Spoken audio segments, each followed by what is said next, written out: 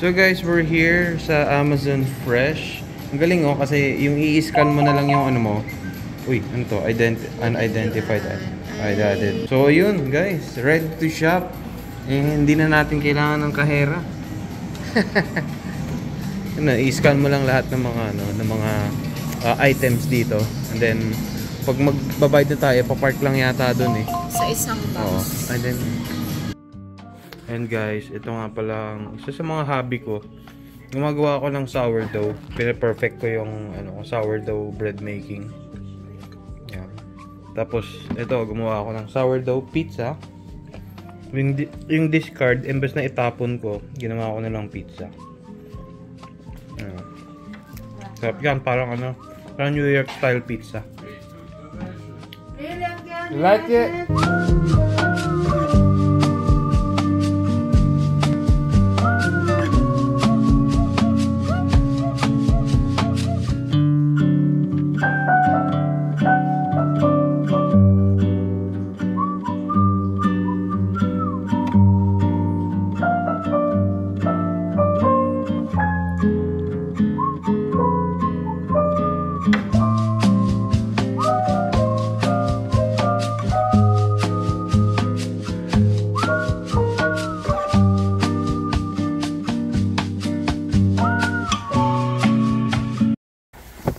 Buhati mo lahat yan. Ito mga tawag dito, mga electronics to. I'd like to give our deepest condolences and sympathies sa auntie ko, pinsan ko. Nakikita niyo yan sa mga vlogs ko, si Kuya Romel. Yung pumunta kami ng DC, yung ganyan. Wala na siya. Ang pag-uwi niya sa Pilipinas, wala pang 1 week eh. Kita na wala na siya, Kuya Romel. Napaka-close namin niya, ng pinsan ko ngayon. Siya yung parang tumatay yung kuya ko kasi sa aming mga magkakamag-anak. Yung kapatid ni mama ko, which is si Auntie Ellen.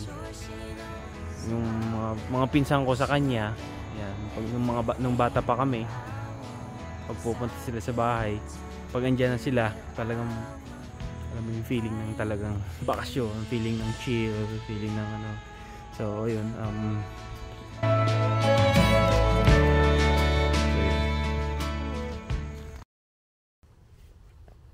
Hello, good morning, good morning.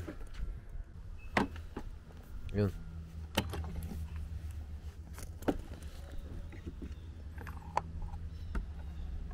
Alright, so nagbabalak kang lumipat ng state kasi malapit na matapos yung contract mo. Pero mas kung sino man dito patapos na yung contract at lilipat na sa ibang state na sa tingin yung mataas na yung cost of living para sa inyo to. Bago yan guys, pasyal ko muna kayo dito sa Montgomery County. Dito tayo sa Gaithersburg. Actually malaking Montgomery County pero itong papunta kami ng TJ Maxx.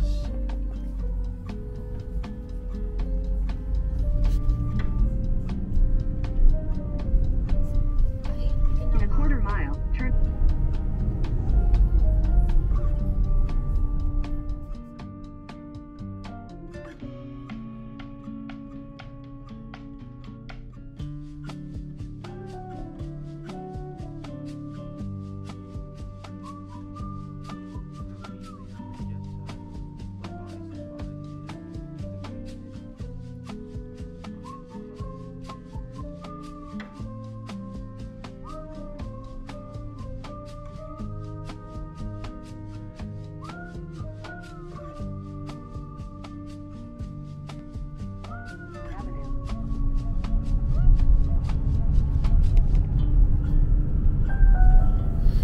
Yun guys, ang daming dito, ang daming mga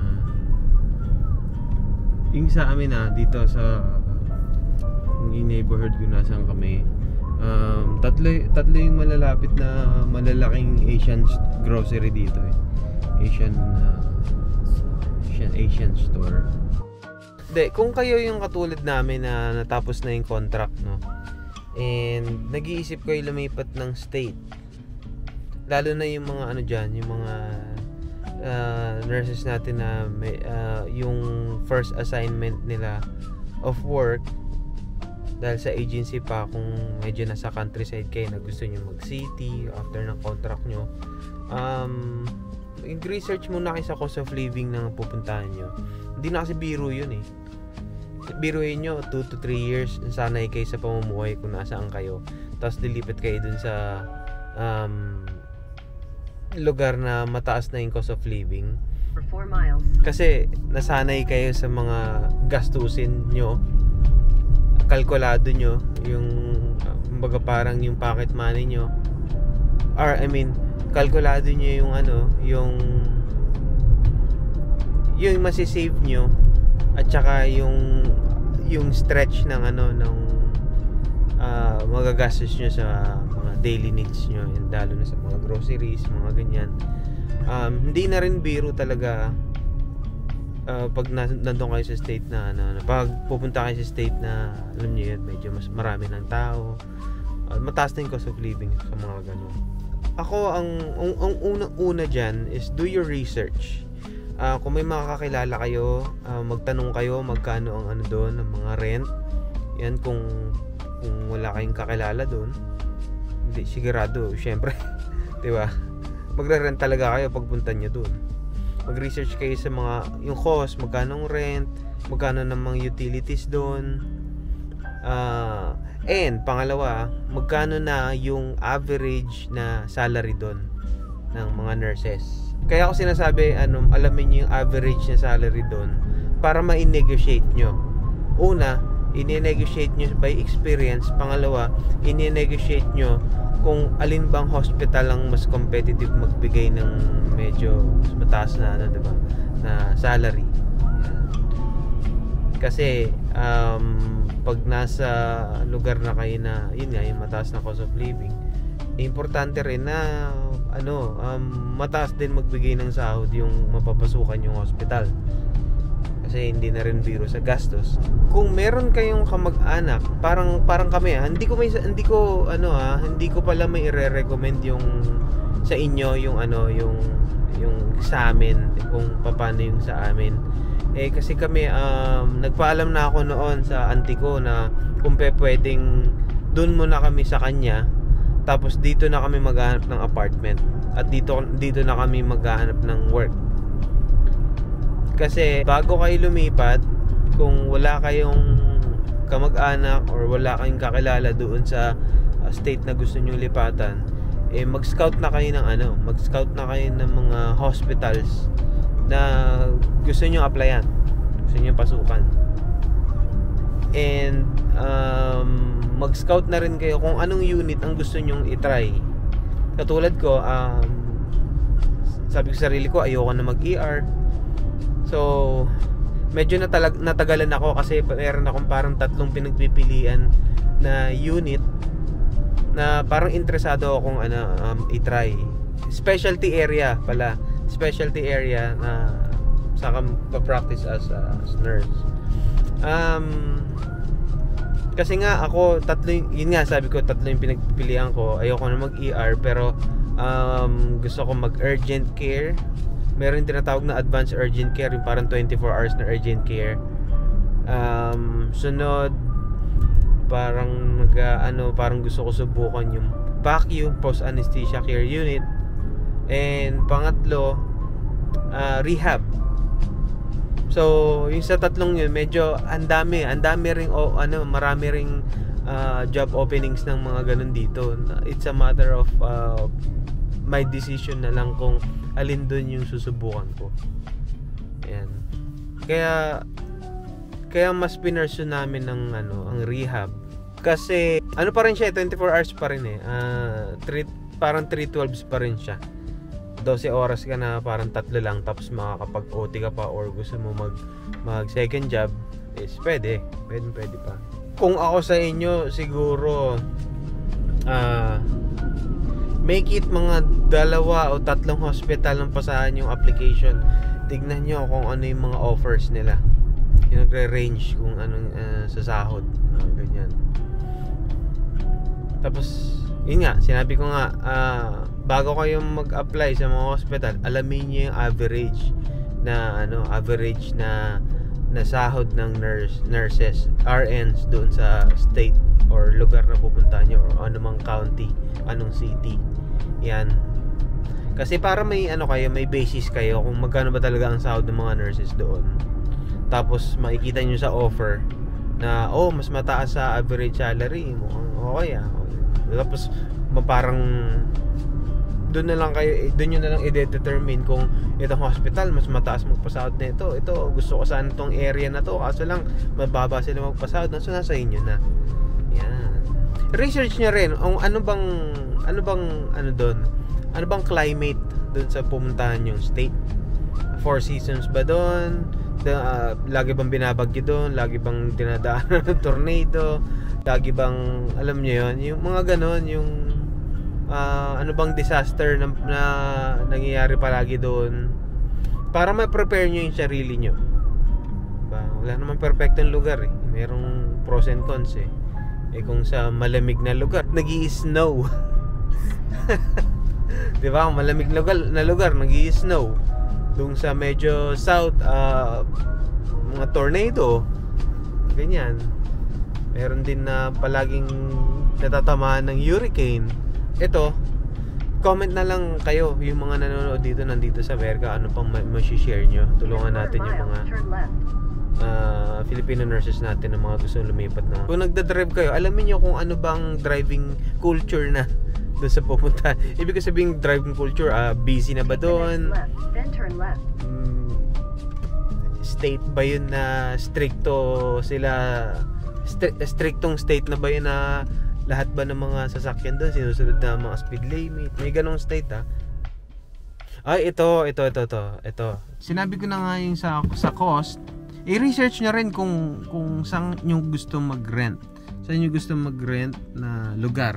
Mas mura yung gugustuhin yung apartment na i-rent.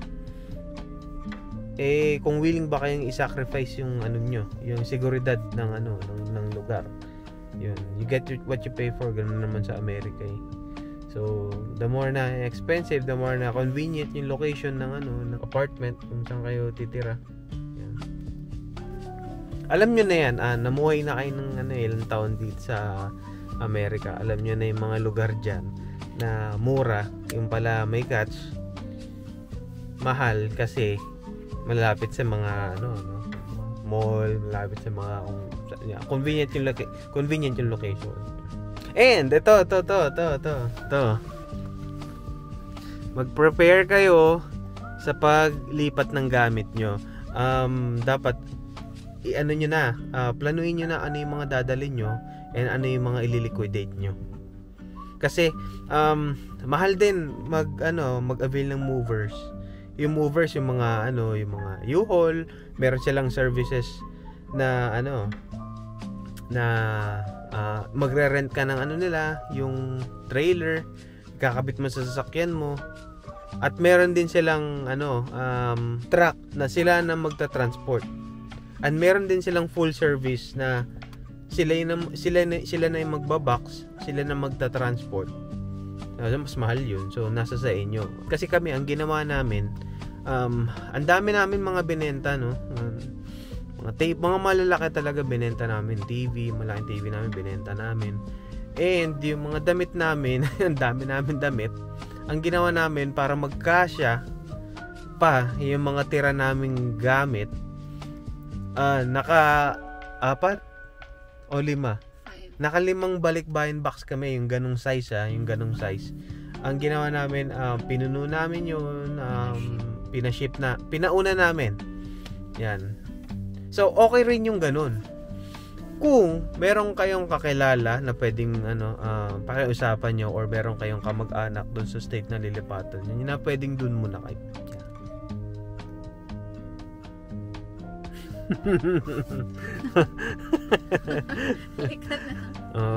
So yun, yun lang naman and comment kayo yung mga yung sabi ko nga, tulungan natin sila yung lilipat man sila sa ibang state. Ano pa yung mga tips nyo?